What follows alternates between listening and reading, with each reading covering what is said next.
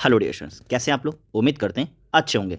स्वागत है आपका आपके YouTube channel target with Ramakant में। डियर स्टूडेंट्स, आज हम लोग आपके केमिस्ट्री के chapter first that is chemical reaction and equations के एनसीईआरटी के क्वेश्चन सॉल्व करने चल रहे हैं। मैं उम्मीद करता हूं कि आप लोगों ने इस चैप्टर को अच्छे से पढ़ रखा होगा। ओके, और इससे पहले भी मैं आप लोगों को मल्टीपल चॉइस के question part 1, part 2 and part 3 में करा चुका हूं। पार्ट 1, पार्ट 2 एंड पार्ट 3 में हम लोगों ने पिछले 10 सालों में आए हुए मल्टीपल चॉइस के क्वेश्चन क्या किए थे, सॉल्व किए थे। आज हम इस चैप्टर के एनसीईआरटी के क्वेश्चन क्या करते हैं, सॉल्व करते हैं। तो मैं उम्मीद करता हूं कि आप लोगों ने चैप्टर को अच्छे से तैयार कर लिया होगा, और अगर तैयार कर लिया है तो जरा अपने आप को चेक करिए कि क्या आप इस चैप्टर के क्वेश्चंस कर पा रहे हैं कि नहीं कर पा रहे हैं। तो इस वीडियो को देखने का तरीका क्या होगा जिससे आप ज़्यादा से ज़्यादा बेनिफिटेड हो सकते हैं। तो तरीका क्या है उसको समझिए। पहले तरीका ये है कि क्वेश्चंस जैसे ही मैं पढ़ रहा हूँ, सारे ऑप्शंस में पढ़ रहा हूँ, आप वीडियो को क्या करिए, पॉज कर दीजिए, और मेरे आंसर देने से पहले, मेरे वीडियो को एक्सप्लेन करने से पहले आप अपने आंसर को दीजिए, और फिर मैच करिए कि क्या आपका आंसर मेरे द्वारा बताए गए आंसर से मैच हो रहा है कि नहीं। तो इस तरह से टोटल हम लोग 18 क्वेश्चन करने जा रहे हैं। ओके, और 18 क्वेश्चंस में देखिए, आप पेन और कॉपी लेके बैठ जाइए। आप ऑप्शन नंबर 1 जो भी आपका आंसर है, इस तरह से आप करते चले जाइए। ओके, इस तरह से आप करते चले जाइए, और बाद में मैच करिए कि आपके कितने आंसर सही हो रहे हैं। ओके, और तरीका ये रहेगा कि आप कमेंट करके मेरे को बता सकते हैं कि कितना आंसर आपका सही है। ओके, और आप कमेंट द्वारा भी ऑप्शन करके फटाफट बता सकते हैं कि ऑप्शन 1 का ऑप्शन ए होगा, ऑप्शन 2 का ऑप्शन बी होगा। तो इस तरह से क्वेश्चंस के आंसर आप कमेंट में भी बता सकते हैं मुझे। ओके, इससे ये होगा कि आप अपने आप को अच्छे से इवेल्युएट कर पाओगे। ओके, आई थिंक आप लोग रेडी हैं, तो चलते हैं क्वेश्चन को सॉल्व करना शुरू करते हैं। और हाँ, चलने से पहले अगर आपने वीडियोस को लाइक नहीं किया तो प्लीज़ लाइक कर दें, और अगर आपने चैनल को सब्सक्राइब नहीं किया तो प्लीज़ चैनल को सब्सक्राइब करें। इससे फ़ायदा क्या होगा कि जब भी मैं आपकी क्लास से रिलेटेड वीडियो अपलोड करूंगा तो आपको उसका नोटिफिकेशन आसानी से मिल जाएगा। तो ओके, चलिए क्वेश्चन नंबर 1 स्टार्ट करते हैं। क्वेश्चन नंबर 1 क्या है, अगर आप देखें तो क्वेश्चन नंबर 1 कह रहा है which of the following is not a physical change. Okay, which is not a physical change. तो अब आपको बताया गया था, लेट्स सी, आपको बताया गया चेंज के बारे में। तो पहले तो ऑप्शंस पढ़ लेते हैं। फिजिकल चेंज नहीं है, चेक करिएगा। बहुत बार क्या होता है कि स्टूडेंट्स अच्छे से नहीं पढ़ते हैं क्वेश्चन, तो गलत कर देते हैं। पूछा गया है not a physical change, physical change नहीं है। Boiling of water to give a water vapour, melting of ice to give a water, dissolution of salts in a water, combustion of liquid, ठीक है, liquefied petroleum gas. Okay, check करिएगा। तो इन चारों में option कौन सा होगा। वीडियो को पॉज करिए, अपना आंसर बताइए। तो आई थिंक वीडियो को पॉज करके आपने आंसर बता लिया होगा। अब मैं इसका सोल्यूशन देता हूँ। आपको बताया गया होगा चेंज के बारे में। तो चेंज दो तरह के होते हैं, एक होते हैं फिजिकल चेंज और एक होते हैं केमिकल चेंज। याद रखिएगा, फिजिकल चेंज जो होते हैं ये कैसे होते हैं, टेम्परेरी होते हैं, और जो केमिकल चेंज होता है ये परमानेंट होते हैं। अब ये टेम्परेरी और परमानेंट क्या है। ओके, तो परमानेंट मैं आपको समझा दूं कि मान लीजिए कोई सब्सटेंस है, और इसमें due to the any factor, जैसे इसे जला दिया गया या इसे इसे और भी कुछ कर दिया गया, ठीक है, मतलब किसी फैक्टर की वजह से इसकी कंडीशन में क्या हो जाता है, चेंज हो जाता है, और इसे दोबारा इसमें नहीं लाया जा सकता है। तो इस तरह का जो चेंज होगा वो कैसा होगा, परमानेंट चेंज होगा। जैसे आपको मैं आंसर बताऊं, जैसे मैं आपको बता दूं, जैसे मिल्क को आप कर्ड में क्या कर देते हैं, चेंज कर देते हैं। मिल्क को किस में कन्वर्ट करना, कर्ड में चेंज करना, यानी कि दूध को दही में चेंज करना। किस में चेंज करना, दही में। मिल्क को कर्ड में चेंज करना। तो जब आपका कर्ड बन गया है, दही बन गया है, तो क्या आप इससे दोबारा दूध बना पाएंगे, नहीं बना पाएंगे। तो this is a permanent change. आपने कागज़ को जला दिया, यानी कि किसी पेपर को आपने जला दिया, जलाने के बाद आपको राख मिलेगी, तो क्या आप दोबारा इससे कागज़ बना पाएंगे, पेपर बना पाएंगे, नहीं बना पाएंगे। This is a example of permanent change. But आइए, मैंने क्या लिया, पानी लिया, पानी लेने के बाद इसे कूल कर दिया, यानी कि ठंडा कर दिया, ठंडा करने के बाद ये आइस बन गया। लेकिन जैसे ही फिर से आप इसे थोड़ा सा टेम्परेचर हीट करोगे तो दोबारा लिक्विड बन जाएगा। यानी कि एक क्या हो जाएगा, एक साइकिल चलती रहेगी, जैसे जैसे टेम्परेचर आप इंक्रीज करेंगे डिक्रीज करेंगे वो दोबारा उसी तरह से होता चला जाएगा। यानी कि this is a temporary change. Okay, I think बात समझ में आ गई होगी। तो अगर आप मेरे को बताओ, ठीक है, कंबशन ऑफ पेट्रोलियम। ओके, अगर आप पेट्रोल को क्या करते हैं, जला देते हैं, मतलब पेट्रोल को आप एक बार गाड़ी के पेट्रोल को खर्च कर दिया, तो क्या दोबारा वो बन सकता है, नहीं बन सकता। ठीक है, यानी कि ऑप्शन कौन सा हो जाएगा, डी हो जाएगा। मुझे पता है कि आपने आंसर सही किया होगा। ओके, इसका ऑप्शन क्या हो जाएगा, डी हो जाएगा। अच्छा, समझाते समय हो सकता है कि वीडियो लंबी हो जाए, लेकिन याद रखिएगा, अगर आपने यह 18 क्वेश्चन मेरे साथ आपने कर लिया तो यकीन मानिए पूरा का पूरा चैप्टर आपका क्या हो जाएगा, रिवाइज हो जाएगा। इस बात की पूरी गारंटी है। ओके, क्योंकि जब आप इस चैप्टर को अपने आप से कर रहे होते तो सिर्फ आप ऑप्शंस पे टिक करके आगे निकल जाते, इसके आगे और पीछे क्या चीज़ें रिलेटेड कर रही हैं आप नहीं समझ पाते। लेकिन मेरे साथ सॉल्व करने से फ़ायदा ये होगा कि पूरा का पूरा आपको क्या मिलेगा, हर चीज़ का सोल्यूशन मिलेगा। सोचिए, आपको चेंज से रिलेटेड मैंने इतनी बातें बता दी, तो इसका फ़ायदा उठाइए। चलिए क्वेश्चन नंबर 2 की बात करते हैं। क्वेश्चन नंबर 2 क्या कह रहा, the following reaction is an example of. Okay, तो ऑप्शन क्या है, displacement reaction, combustion reaction, redox reaction and neutralisation reaction. यानी कि ये सारे के सारे आपको मैं बता दूं, ये सारे के सारे टाइप ऑफ रिएक्शन हैं, और इस रिएक्शन को जो ऊपर दी है इसी को देख के बताना है कि यह रिएक्शन फॉलोइंग में कौन सी रिएक्शन है। ओके, और तो और यह एक से ज़्यादा आंसर दे रही है रिएक्शन, पहला और दूसरा है, यानी कि यह डिस्प्लेसमेंट रिएक्शन भी है एंड कंबशन रिएक्शन भी है। दूसरा क्या है, दूसरा कह रहा है कंबशन रिएक्शन है और रिडॉक्स रिएक्शन भी है। फिर तीसरा क्या कह रहा है कि यह आपका डिस्प्लेसमेंट रिएक्शन है और आपका कौन सा है, रिडॉक्स रिएक्शन है।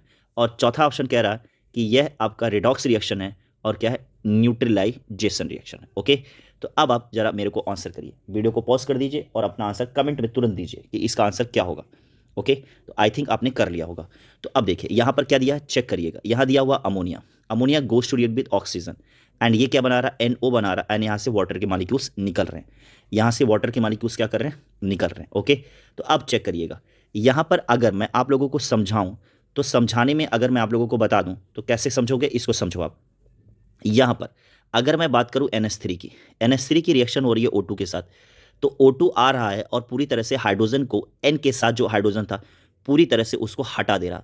और यह हटाने की वाली बात को क्या बोलते हैं, हटाने की जो प्रोसेस है, यहाँ से डिस्प्लेस करने की प्रोसेस है, मैं कह सकता हूँ कि इसको डिस्प्लेस कर रहा है, यानी कि उसको हटा दे रहा।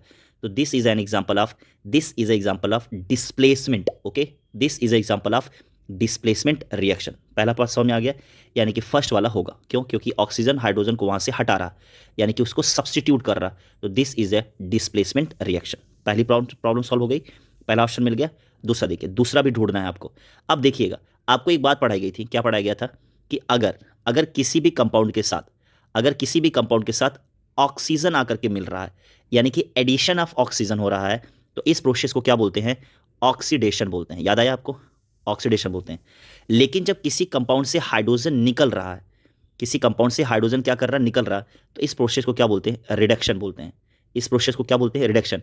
और जब किसी रिएक्शन में ऑक्सीडेशन एंड रिडक्शन साइमल्टेनियसली हो रहा है, तो ऐसी रिएक्शन को क्या बोलते हैं, रिडॉक्स रिएक्शन बोलते हैं। आई थिंक समझ में आ गया होगा। अब मेरे को ऑप्शन फट से कमेंट करके बता दीजिए कौन होगा। यस, आपने आंसर सही दिया है।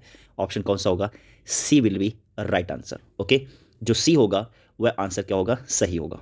एग्री। तो चलिए अब नेक्स्ट क्वेश्चन सॉल्व करते हैं। आइए, क्वेश्चन नंबर 3 दिया हुआ, क्या दिया हुआ, which of the following statements about the given reaction are correct. Okay, कौन सा स्टेटमेंट सही है, कौन सा स्टेटमेंट करेक्ट है। देखिए मजे की बात यह है कि थोड़ा सा देखिए एनसीईआरटी के क्वेश्चन का लेवल अच्छा होता है। ओके, एनसीईआरटी के क्वेश्चंस का लेवल अच्छा होता है। नॉर्मली बुक से अगर आप क्वेश्चंस करेंगे तो देखिए वहाँ पर क्या हो जाएगा, सिर्फ एक ऑप्शन होता है। यहाँ पर देखें, आपको सारी बातें जाननी है, option A, option B, option C, मतलब देखिए हिला के रख दे रहा है ये क्वेश्चंस। ओके, तो आइए फिलहाल अगर आपने अच्छे से पढ़ रखा तो आप हिलने वालों में से नहीं हो, मुझे ये बात पता है। ओके, तो क्वेश्चन क्या है, विच ऑफ द फॉलोइंग आपने कर लिया। Fe की रिएक्शन कराई जा रही है किसके साथ, Fe की रिएक्शन कराई जा रही है वाटर के साथ। ओके, और यह कन्वर्ट हो रहा है किसमें, Fe3O4 एंड प्लस क्या निकल रहा है, हाइड्रोजन गैस यहाँ से इवॉल्व हो रहा है, यानी कि यहाँ से हाइड्रोजन गैस निकल रही है। ओके, तो अब ऑप्शन चेक कर लेते हैं फिलहाल। यहाँ से देखिए ऑप्शन फर्स्ट क्या कह रहा है, iron metal is getting oxidise. Check करिएगा, iron metal is getting oxidise, क्या ये सही है, यानी कि आयरन जो है ये ऑक्सीडाइज हो रहा है, क्या ये सही है, बिल्कुल सही है। क्योंकि आयरन जो है किसके साथ रिएक्शन कर ले रहा है, ऑक्सीजन के साथ रिएक्शन कर रहा है, यानी कि उसके साथ ऑक्सीजन का एडिशन हो रहा, तो we can say that iron is oxidise, यानी कि स्टेटमेंट 1 क्या है, सही है। एंड स्टेटमेंट 2 की बात करते हैं, वाटर इज गेटिंग रिड्यूस। अब ये रिड्यूस क्या है, वाटर से ऑक्सीजन निकल जा रहा, ये ध्यान से समझिएगा। एक के साथ ऑक्सीजन मिल रहा तो इसको बोलेंगे ऑक्सीडाइज, और दूसरे से ऑक्सीजन निकल रहा इसको बोलेंगे रिड्यूस। ओके, तो यानी कि आयरन तो ऑक्सीडाइज हो रहा लेकिन वाटर क्या हो रहा, रिड्यूस हो रहा। दोनों स्टेटमेंट सही है। अब बात करते हैं तीसरे क्वेश्चन की। तीसरा क्वेश्चन क्या हुआ, water is acting as a reducing agent. Okay, water is acting as a reducing agent. यहां देखिए गलत हो गया, क्योंकि वाटर रिड्यूसिंग एजेंट का काम नहीं कर रहा, वाटर ऑक्सीडाइजिंग एजेंट का काम कर रहा। क्या कर रहा? ऑक्सीडाइजिंग। क्यों? क्योंकि वाटर में ऑक्सीजन है और वह ऑक्सीजन ले जा करके किसको दे रहा? Fe को दे रहा। तो ऑक्सीजन को ले जाके Fe को देना क्या कहलाएगा? ऑक्सीडाइजिंग एजेंट कहलाएगा। Got it? आई थिंक समझ में आ गया होगा। अगर यहाँ पर ये लिखा होता कि water is acting as oxidising agent तो ये सही हो जाता। दिमाग में गया आपको? आई थिंक ये क्या हो जाएगा? गलत हो जाएगा। आई थिंक गलत नहीं होगा, ये गलत ही होगा। Okay, water is acting as a oxidising agent. बोलो समझ में आ गया कि नहीं आ गया? अब आपके दिमाग में क्वेश्चन बैठ गया? क्या बैठ गया? ऑप्शन फट से कमेंट करके मेरे बताने से पहले बता दीजिए। यस, आपने बता दिया होगा। Option C will be right answer. Okay, मजा आ रहा है कि नहीं आ रहा? अगर मजा आ रहा है तो वीडियो को रोक करके पहले कमेंट करिए, बहुत मजा आ रहा है। ओके, आई नेक्स्ट क्वेश्चन सॉल्व करना शुरू करते हैं। ओके, अच्छे क्वेश्चन हैं, अच्छे क्वेश्चन है। Which of the following is exothermic process? Okay, which of the following is exothermic process? तो अभी तो आपको सबसे पहले ये बता दूं मैं एक्सोथर्मिक क्या होता है। अगर आपको पता है तो आप आंसर तुरंत दे दीजिए। ओके, वीडियो को पॉज करिए, आंसर तुरंत दे दीजिए।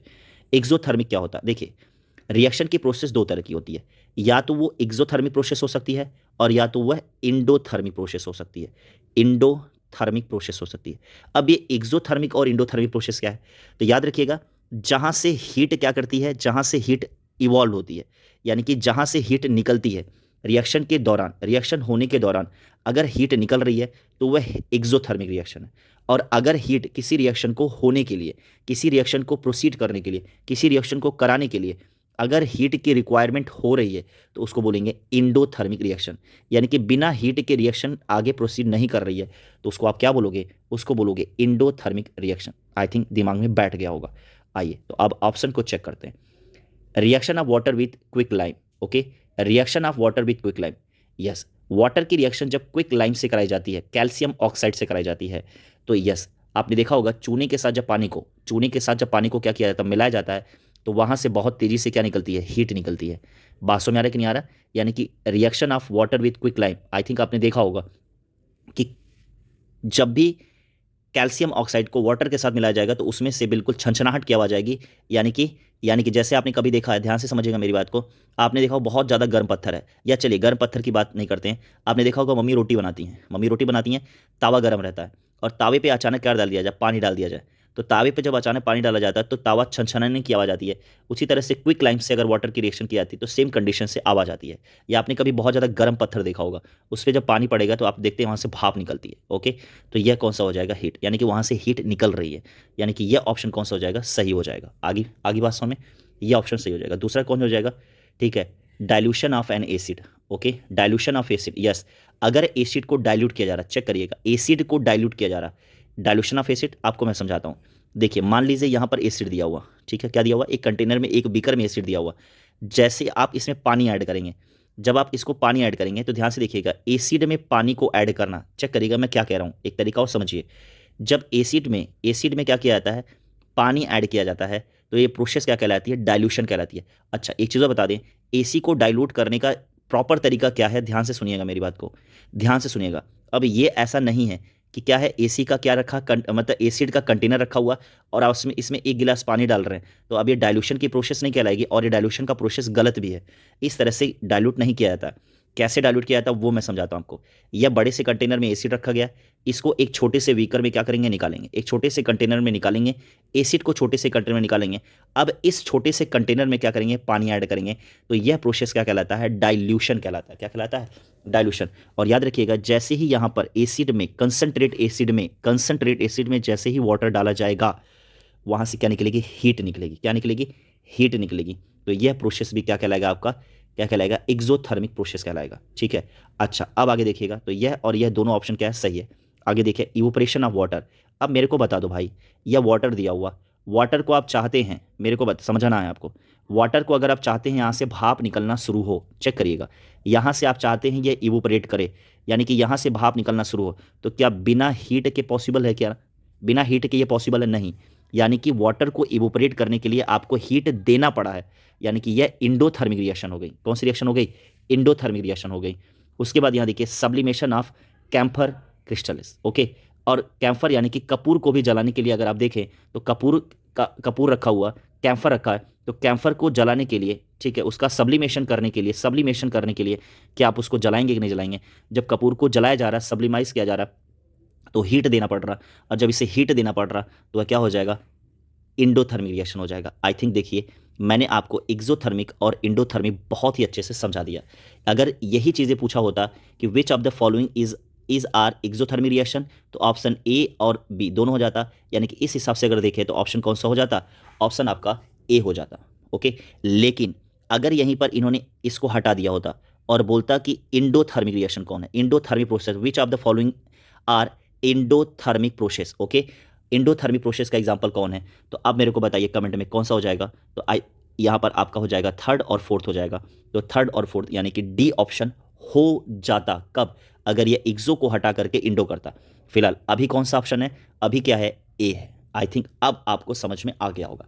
यस, ये फायदा होता है टीचर के साथ क्वेश्चन को सॉल्व करने का।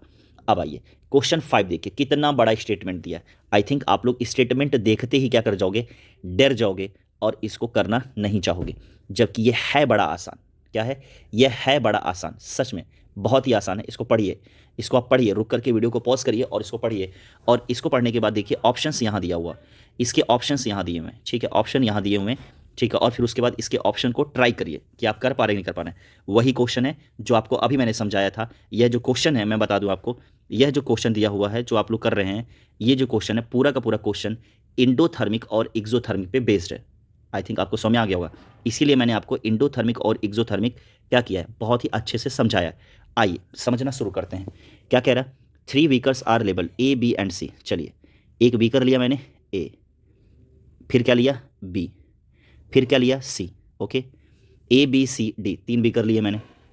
अब कंटेनिंग 25 ml वाटर, यानी कि इसमें पानी है और पानी कितना दिया 25 ml, सब में 25 ml वाटर ही दिया हुआ, ठीक है। A a small amount of sodium hydroxide, anhydrous calcium sulphate and NaCl were added to the beaker of A B and C respectively. कहने का क्या मतलब है, चेक करिएगा। कहने का क्या मतलब है, ए में क्या डाला जा रहा है, सोडियम हाइड्रोक्साइड डाला जा रहा है। बी में क्या डाला जा रहा है, बी में डाला जा रहा है CuSO4 डाला जा रहा है। और सी में क्या डाला जा रहा है, सी में जो डाला जा रहा है वह डाला जा रहा है NaCl डाला जा रहा है। क्या डाला जा रहा है, NaCl डाला जा रहा है, ठीक है। आई थिंक समझ में आ गया होगा, NaCl ऐड किया जा रहा है। It was observe that, check करिएगा, it was observe that there was an increase in the temperature of the solution containing beaker A and B. ध्यान से देखिएगा, इसका टेम्परेचर इंक्रीज कर रहा है और इसका टेम्परेचर भी क्या कर रहा है, इसका टेम्परेचर भी इंक्रीज कर रहा है। ओके, यानी कि वाटर में जैसे ही सोडियम हाइड्रोक्साइड डाला जा रहा है, CaSO4 डाला जा रहा है, दोनों का टेम्परेचर क्या कर रहा है, इंक्रीज कर रहा है। ओके, दिमाग में गया आपको, दोनों का टेम्परेचर क्या कर रहा है, इंक्रीज कर रहा है। ओके, तो अब आगे क्या करना है, it was observe that, yes, okay, containing beaker A and beaker B, whereas the in case beaker C the temperature of the solution is false। अब ध्यान से देखिएगा, C का टेम्परेचर क्या हो रहा, नीचे आ रहा। ओके, C का टेम्परेचर क्या हो रहा, नीचे आ रहा, यानी कि A और B का टेम्परेचर इंक्रीज कर रहा है, यानी कि इसमें सोडियम हाइड्रोक्साइड, इसमें CaSO4 जब ऐड किया गया तो इन दोनों का टेम्परेचर यूज कर रहे हैं, जबकि इसका टेम्परेचर C का टेम्परेचर क्या हो रहा, फॉल हो रहा। Okay, which one of the following statement is correct. Okay, कौन सा स्टेटमेंट करेक्ट है।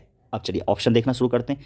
देखिए कोई जल्दीबाजी नहीं है, चीज़ों को समझिए, एक बार समझ जाएंगे तो मज़ा आने लगेगा। ओके, और एग्जाम में याद रखिएगा क्वेश्चन ऐसे ही पूछे जाते हैं, टेक्निकल क्वेश्चन ऐसे ही होते हैं, और एग्जाम में आपको बिल्कुल लर्न कराए हुए रिएक्शन नहीं मिलेंगे जो आपके सर ने क्लास में कराई हैं, क्योंकि आपका प्रेजेंस ऑफ माइंड चेक किया जाएगा कि कितना आपकी अंडरस्टैंडिंग है इस चैप्टर में। तो आई थिंक आपने कर लिया होगा। आइए क्वेश्चन देखते हैं, ऑप्शन देखते हैं। पहला क्या दिया हुआ, ऑप्शन देखिएगा, क्वेश्चन आपका डायग्राम यहाँ बना ही है। In beaker A and beaker B exothermic process has occurred. Okay, कह रहा है कि बीकर ए और बीकर बी में एक्सोथर्मिक प्रोसेस हो रहा है। यस, अगर टेम्परेचर क्या कर रहा है, इंक्रीज कर रहा है, यानी टेम्परेचर इंक्रीज करना मतलब यहाँ से टेम्परेचर क्या कर रहा है, निकल रहा। Okay, in beaker A and beaker B endothermic process has occurred. ठीक है, इंडोथर्मिक मतलब यानी कि टेम्परेचर इसका इंडोथर्मिक कब होता है, जब यहाँ पर टेम्परेचर इसका फॉल हो रहा होता। जब टेम्परेचर फॉल हो रहा होता है, अगर टेम्परेचर गिर रहा होता तो वह क्या हो जाता है, इंडोथर्मिक हो जाता। ओके, लेकिन टेम्परेचर क्या कर रहा है, टेम्परेचर इंक्रीज कर रहा, तो यह इंडोथर्मिक नहीं एक्सोथर्मिक होगा, यानी कि ऑप्शन ए क्या है, सही है। In beaker A and beaker B exothermic process has occurred. Okay, and option second में क्या है, in beaker A and beaker B endothermic process occur, ये गलत है क्योंकि एक्सोथर्मिक हो रहा है, क्योंकि हीट इंक्रीज कर रहा है। In beaker C exothermic process occur, ये भी गलत है, क्यों, क्योंकि यहाँ पर टेम्परेचर फॉल कर रहा है, तो यह इंडोथर्मिक होगा ना कि एक्सोथर्मिक, गलत। उसके बाद in beaker C endothermic process has occurred, yes ये सही है, यानी कि ऑप्शन 1 एंड ऑप्शन 4 सही है। इस हिसाब से आंसर कौन सा सही हो जाएगा? सॉरी, इस हिसाब से आपका आंसर कौन सा सही हो जाएगा? सी हो जाएगा। ओके, इस हिसाब से आपका आंसर कौन सा होगा? सी सही हो जाएगा। आइए देखिए, आपको सोल्यूशन दिया जा रहा है। ओके, आपको बाकायदा सोल्यूशन दिया जा रहा है, तो वीडियो थोड़ी लंबी हो सकती है, लेकिन फ़ायदा आप ही का है। जितना हम समझाएंगे उतना ही मज़ा आपको आने वाला है। ओके, आइए बात करते हैं किसकी। A dilute ferrous sulphate solution was gradually added to the beaker containing purple colour of solution fats. Okay sorry, यहाँ से कुछ गड़बड़ हो रहा है, यहाँ से देखिए। A dilute ferrous sulphate solution was gradually added to the beaker containing acidified permanganate solution. Okay, the light purple color of the solution fades and finally disappear. Okay, which of the following is the correct explanation of the observation? Okay, correct explanation of the observation है, तो ध्यान से समझना है। A dilute ferrous sulphate solution was gradually added to the beaker containing, देखिए यहाँ से देखिए, एक बीकर दिया हुआ, बीकर में क्या दिया? एसिडिफाइड पर मैग्नेट सोल्यूशन दिया हुआ। क्या दिया हुआ? एसिडिफाइड पर मैग्नेट सोल्यूशन दिया हुआ। ओके, अब इसमें क्या ऐड किया जा रहा है? इसमें ऐड किया जा रहा है FeSO4, फेरस सल्फेट। इसमें क्या किया जा रहा है? ऐड किया जा रहा है। और जैसे ही इसमें फेरस सल्फेट ऐड किया जा रहा है, यह सोल्यूशन कैसा था? पर्पल कलर का था। कैसा था? पर्पल कलर का था। ओके, पर्पल कलर का सोल्यूशन था। ओके, बताया जा रहा है कि यह क्या हो गया? डिसअपियर हो गया। ओके, कैसा हो गया? डिसअपियर हो गया।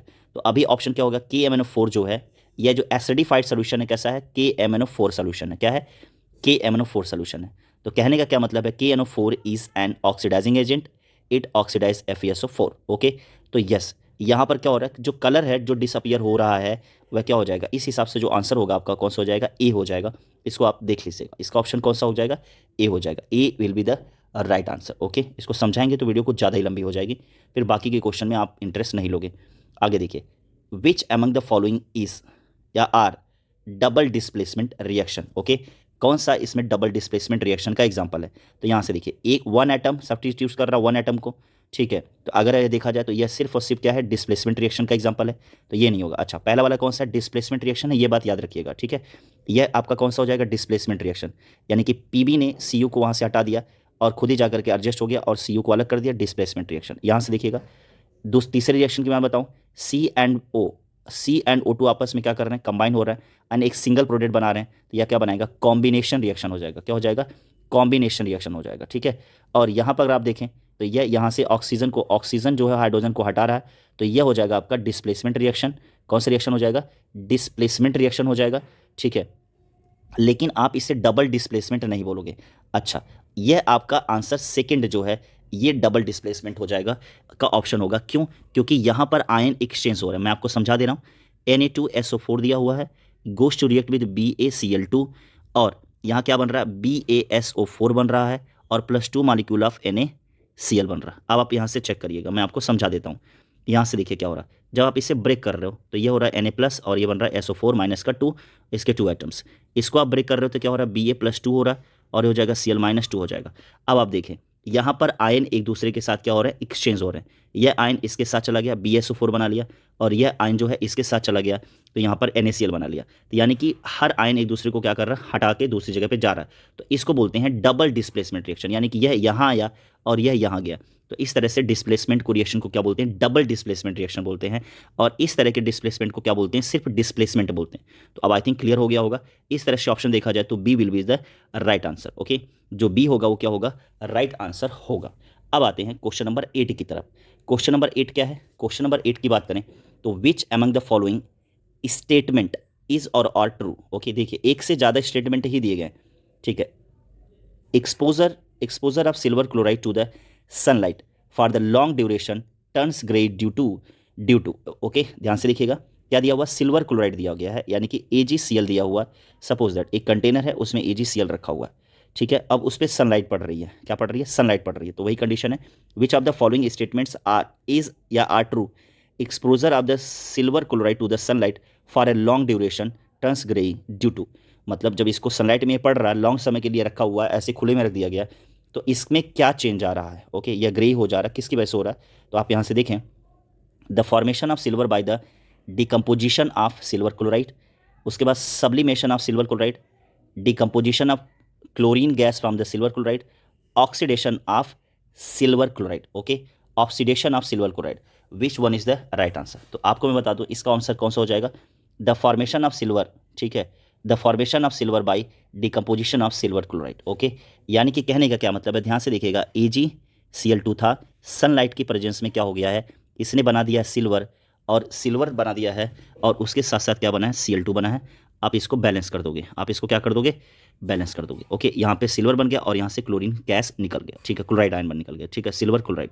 तो ये चीज़ आपका आंसर कौन सा हो जाएगा, ऑप्शन नंबर 1 हो जाएगा. आगे आगे बात में, तो आपका पहला ऑप्शन हो गया, पहला ऑप्शन कौन सा हो जाएगा, 1 will be the right answer. आगे देखिएगा, अगला क्वेश्चन भी अच्छा क्वेश्चन है, सारे क्वेश्चन लाजवाब हैं. अगर आप देखें तो एक से ज़्यादा आंसर सबका दिया हुआ.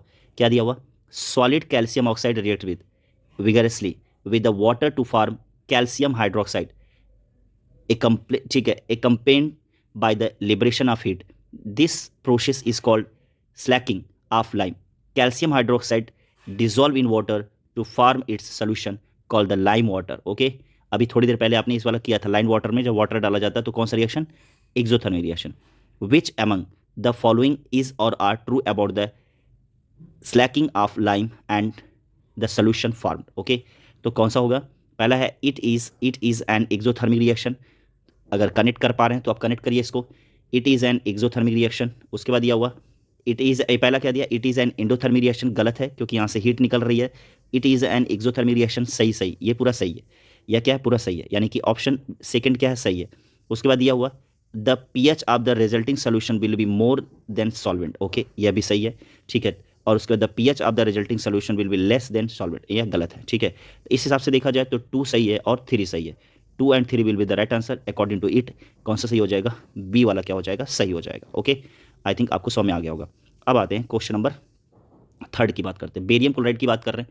बेरियम क्लोराइड अगर की बात कर रहे हैं तो बेरियम क्लोराइड यानी कि BaCl2 जो है, barium chloride on reacting with the aluminium sulphate, किसके साथ रिएक्शन कर रहा है, यह रिएक्शन कर रहा है अमोनियम सल्फेट के साथ, यानी कि NH4 का होल ट्वाइस SO4 के साथ रिएक्शन कर रहा है, फॉर्म बेरियम सल्फेट. क्या बना रहा है, BaSO4 बना रहा है, एंड क्या बना रहा है, BaSO4 एंड बना रहा है एल्यूमिनियम क्लोराइड. एल्यूमिनियम क्लोराइड बन रहा है AlCl3 बन रहेगा, ठीक है, एल्यूमिनियम Cl3, ठीक है. तो अगर आप देखें तो यह भी क्या हो जाएगा, विच of the following correctly represent the type of the reaction. तो देखिए यहाँ पर अगर आप देखें तो यह टाइप ऑफ रिएक्शन आपको समझ में आ गया होगा, यह कौन सी रिएक्शन हो जाएगी, आप मेरे को फट से बता सकते हैं क्या, तो आपको मैं फट से बता दूं. तो यहाँ पर देखिए, यहाँ पर आयन का क्या हो रहा है, एक्सचेंज हो रहा है, Ba+2 गोज टू विद, यहाँ पर क्या हो जाएगा, 2 है और माइनस है, यहाँ पर भी हो जाएगा NH4+2 हो जाएगा, SO4-2 हो जाएगा, ठीक है. यह आयन इसके साथ और यह आयन इसके साथ, यानी कि डबल डिस्प्लेसमेंट रिएक्शन हो गया. क्या हो गया, डबल डिस्प्लेसमेंट रिएक्शन हो गया. आई थिंक आपको समझ आ रहा होगा, डबल डिस्प्लेसमेंट रिएक्शन. और याद रखिएगा यहाँ पर BaCl2 का क्या बनेगा, प्रेसिपिटेट बनेगा. क्या बनेगा, PPT बन जाएगा, यानी कि यह जम जाएगा. ओके, प्रेसिपिटेट देगा. तो इस तरह से अगर देखा जाए तो ऑप्शन कौन सा हो जाएगा, सेकेंड और फोर्थ ऑप्शन हो जाएगा, यानी कि option D will be the right answer. Okay, option D will be the right answer. उसके बाद दिया हुआ electrolysis of water. Okay, electrolysis of water, water दिया हुआ, इसको क्या कराया जा रहा है, इलेक्ट्रोलिसिस कराया जा रहा है H+OH-. Electrolysis of water decomposing reaction, the mole ratio of the hydrogen and oxygen gas liberated during the electrolysis of water. Okay, hydrogen और ऑक्सीजन का क्या कर रहा, hydrogen during the reaction of water. Okay, तो आपका so simple है, इसमें कोई बहुत ज़्यादा दिमाग ही नहीं लगाना है. तो अगर देखा जाए तो हाइड्रोजन और कह रहा क्या, the mole ratio of hydrogen and oxygen gas liberated during the electrolysis of water. तो कौन सा हो जाएगा, 1:2 क्या हो जाएगा, 1:2 हो जाएगा. क्या हो जाएगा, 1:2 हो जाएगा. 1:2 will be the right answer. Okay, अब आइए नेक्स्ट क्वेश्चन की बात करते हैं. क्या है, which of the following is or are an endothermic process. Okay, कौन सा इंडोथर्मिक प्रोसेस है, यानी कि किसको रिएक्शन कराने के लिए हीट देनी पड़ रही है, dilution of sulphuric acid. Okay, dilution of sulphuric acid. आपको पता है कि सल्फ्यूरिक एसिड है, क्या है, अभी आपने थोड़ी देर पहले पढ़ा, यह एसिड है. तो एसिड में जब आप इसको डाइल्यूट करोगे, यानी कि वाटर डालोगे प्यारे बच्चों, वाटर डालोगे तो यहाँ से हीट निकलेगी. तो यह इंडोथर्मिक कहाँ हो गई, यह तो एक्सोथर्मिक हो गई ना. मैंने कहा ना, पूरा एक्सप्लेनेशन अगर आप अच्छे से देख लेते हैं तो क्वेश्चन अपने आप सॉल्व हो जाएगा. तो यह डाइल्यूशन ऑफ एसिड, याद रखिएगा कभी भी डाइल्यूशन ऑफ एसिड जो होगा वह इंडोथर्मिक कभी नहीं होगा, वह हमेशा क्या होगा, एक्सोथर्मिक होगा. चेक करिएगा कैसा होगा, एक्सोथर्मिक होगा. तो dilution of sulphuric acid always will be exothermic. Okay, not endothermic. उसके बाद देखिए क्या दिया हुआ, sublimation of dry ice. Okay, condensation of water vapour, यानी और इवोपरेशन ऑफ वाटर। ओके, तो आप मेरे को बताइए कौन सा आंसर आपके हिसाब से सही हो रहा है। तो याद रखिएगा, ये वाला ऑप्शन आपका सही हो जाएगा।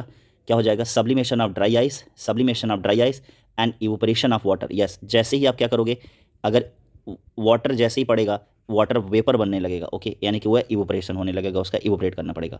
आगे देखिएगा अगला क्वेश्चन क्या दिया हुआ, थोड़ा वीडियो लंबा हो रहा है बट इसको देखिएगा, आपको मजा आ रहा है। देखिए, in the double displacement reaction between the aqueous potassium iodide, aqueous potassium iodide, aqueous potassium iodide का फॉर्मूला पता है आपको?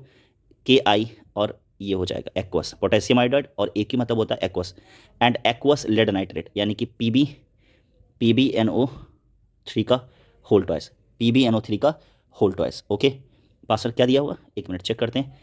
Potassium iodide and aqueous lead nitrate, a yellow precipitate of lead iodide is form. Okay, a yellow precipitate of lead iodide is form. Okay, आगे बात में iodide is form while performing the activity of lead nitrate is not available, which of the following can be used in place of lead nitrate? Okay, lead nitrate की जगह पे किसका use किया जा सकता है? तो आप मेरे को बताइए फट से आंसर, वीडियो को पॉज करिए और ऑप्शन दीजिए। ओके, तो आपको बता दें, लेड नाइट्रेट की जगह पे, लेड नाइट्रेट यानी कि PbNO3 की जगह पे, PbNO3 का होल ट्वाइस की जगह पे आप लेड एसीटेट का भी यूज़ कर सकते हैं, यानी कि CH3COO का होल ट्वाइस PB का यूज़ आप कर सकते हैं, यानी कि इसको बोलेंगे लेड एसीटेट, यानी कि option B will be the right answer. Okay, अगला क्वेश्चन थोड़ा आप जल्दी करा रहा हूँ, मुझे पता है आपको समझा नहीं रहा हूँ मैं, थोड़ा जल्दी करा दे रहा हूँ। आगे देखिए, विच of the following gas can be use for storage of fresh sample of an oil for a long time. Okay, फट से बताइए कौन सा ऑप्शन होगा? लॉन्ग टाइम, यानी कि क्वेश्चन अच्छा है, ये इंपॉर्टेंट क्वेश्चन है, बहुत ही अच्छा क्वेश्चन है। Which of the following gas can be use for the storage of fresh sample of oil, यानी कि fresh sample of oil, fresh sample of oil को स्टोर करने के लिए कौन सी गैस का यूज़ होता है? आंसर बहुत ही अच्छा क्वेश्चन है, हल्के मत लीजिएगा। ऑयल को, फ्रेश ऑयल सैंपल को स्टोर करने के लिए, कंजप्शन करने के लिए किस गैस का यूज़ किया जाता है? तो मैं आपको बता दूं, हीलियम एंड नाइट्रोजन, यानी कि हीलियम का यूज़ कर सकते हैं या नाइट्रोजन का यूज़ कर सकते हैं। ओके, यानी कि option D will be the right answer. Okay, अब आइए क्वेश्चन नंबर 15 की बात करते हैं। क्वेश्चन नंबर 15 क्या है? The following reaction is use for the preparation of oxygen gas in the laboratory. Okay, ये दिया हुआ पोटेशियम क्लोराइड दिया हुआ, इसको पोटेशियम क्लोराइड बोलते हैं, and heat in the presence of catalyst क्या बना रहा है? कैल्शियम क्लोराइड बना रहा है, एंड ऑक्सीजन गैस लिबरेट हो रही है। Which of the following statement are correct about the reaction? Okay, आप यहाँ से रिएक्शन को देख लीजिए और इससे रिलेटेड यहाँ पर स्टेटमेंट दिया हुआ, it is a decomposition reaction and exothermic in nature, it is a combustion reaction, it is a decomposition reaction and accompanied by the release of heat, यानी कि एक्सोथर्मिक कहना चाह रहे हैं। थोड़ा सा लैंग्वेज में चेंज किया है, लेकिन कहने का मतलब इनका एक्सोथर्मिक ही है। Okay, it is a photochemical decomposition reaction and exothermic in nature. Okay, what will be the answer? तो मैं आपको बता दूं कौन सा ऑप्शन होगा, ये होगा। आपको कुछ दिमाग ही नहीं लगाना मेरे प्यारे बच्चों। देखो, ये रिएक्शन है, इस रिएक्शन को कराने के लिए सोचो, इस रिएक्शन को कराने के लिए यहाँ हीट देनी पड़ी है, तो फालतू में दिमाग क्यों लगा रहे हो? अभी मैंने बताया कि किसी रिएक्शन को कराने के लिए अगर हीट देनी पड़ रही है तो इंडोथर्मिक रिएक्शन आगे बात समझ में। तो बाकी इंडोथर्मिक कहीं दिया है क्या? नहीं दिया है, तो option A will be the right answer. फालतू में क्यों दिमाग लगा रहे हो? मजा आया ना? मजा आया। कभी कभी क्या होता है कि कुछ एक चीज़ पे फोकस करने से आंसर निकल जाता है, फालतू में दिमाग की दही करने की क्या जरूरत है? Okay, which of the following process involves in chemical reaction? कौन सी प्रोसेस केमिकल रिएक्शन में इन्वॉल्व होती है? Storing of oxygen gas under the pressure in a gas cylinder, liquefaction of air, keeping petrol in a China dish in a open, उसके बाद heating copper wire in presence of air at high temperature. Okay, what will be the answer? तो मैं बता दूं, D will be the right answer. Okay, D will be the right answer. Okay, चलिए अगला question देख लीजिए, आसान सा क्वेश्चन है। अगला क्वेश्चन है, in which of the following chemical equation the abbreviations represent the correct statement of the reactant and the product involved at the reaction temperature. तो यहाँ पर अगर आप देखें A B C and D दिया हुआ, तो अगर देखा जाए तो ऑप्शन कौन सा सही हो जाएगा? तो मैं बता दूं, option D will be the right answer. Option D will be the right answer. अगला क्वेश्चन देख लीजिए, आसान सा क्वेश्चन है। Which of the following are combustion reaction? कौन सा कंबशन रिएक्शन का एग्जाम्पल है? तो आपको मैंने बताया कंबशन रिएक्शन कौन सी रिएक्शन होती है जिसमें टू मॉलिक्यूल्स आपस में मिलते हैं। चेक करिएगा, जिसमें टू मॉलिक्यूल्स आपस में मिलते हैं और एक सिंगल सब्सटेंस बनाते हैं, ऐसी रिएक्शन को कंबशन रिएक्शन बोलते हैं। दिमाग में गया? तो यहाँ से देखिए 1 and 2 मॉलिक्यूल्स मिल रहे हैं, सिंगल सब्सटेंस बन रहा है, यानी कि दूसरा है। यहाँ पर देखिए 2 मॉलिक्यूल्स आपस में मिल रहे हैं, 2 रिएक्टेंट आपस में मिल रहे हैं, सिंगल सब्सटेंस बना रहे हैं, यानी कि तीसरा है। यानी कि इस हिसाब से अगर देखा जाए तो दूसरा एंड तीसरा कहाँ पर है, D will be right answer. Okay, देखिए टोटल क्वेश्चन 18 क्वेश्चन मैंने आपसे बोला था, शुरू में 18 क्वेश्चन मैंने आपसे बोला था। तो अगर आप देखें तो केवल आपने 18 क्वेश्चन नहीं किए हैं, अगर आपने सारे एक्सप्लेनेशन अच्छे से सुने हैं तो नियर अबाउट आपका पूरा का पूरा चैप्टर यहाँ पर क्या हो गया, रिवाइज हो गया है। और यकीन मानिए इससे पहले आपने इन क्वेश्चन को अच्छे से नहीं देखा होगा। तो अब अगर आपने इस क्वेश्चन को अच्छे से सॉल्व कर लिया है तो अब आपको दोबारा जब आप चैप्टर को पढ़ेंगे तो आप अब दूसरे नज़रिए से इस चैप्टर को पढ़ना शुरू करेंगे।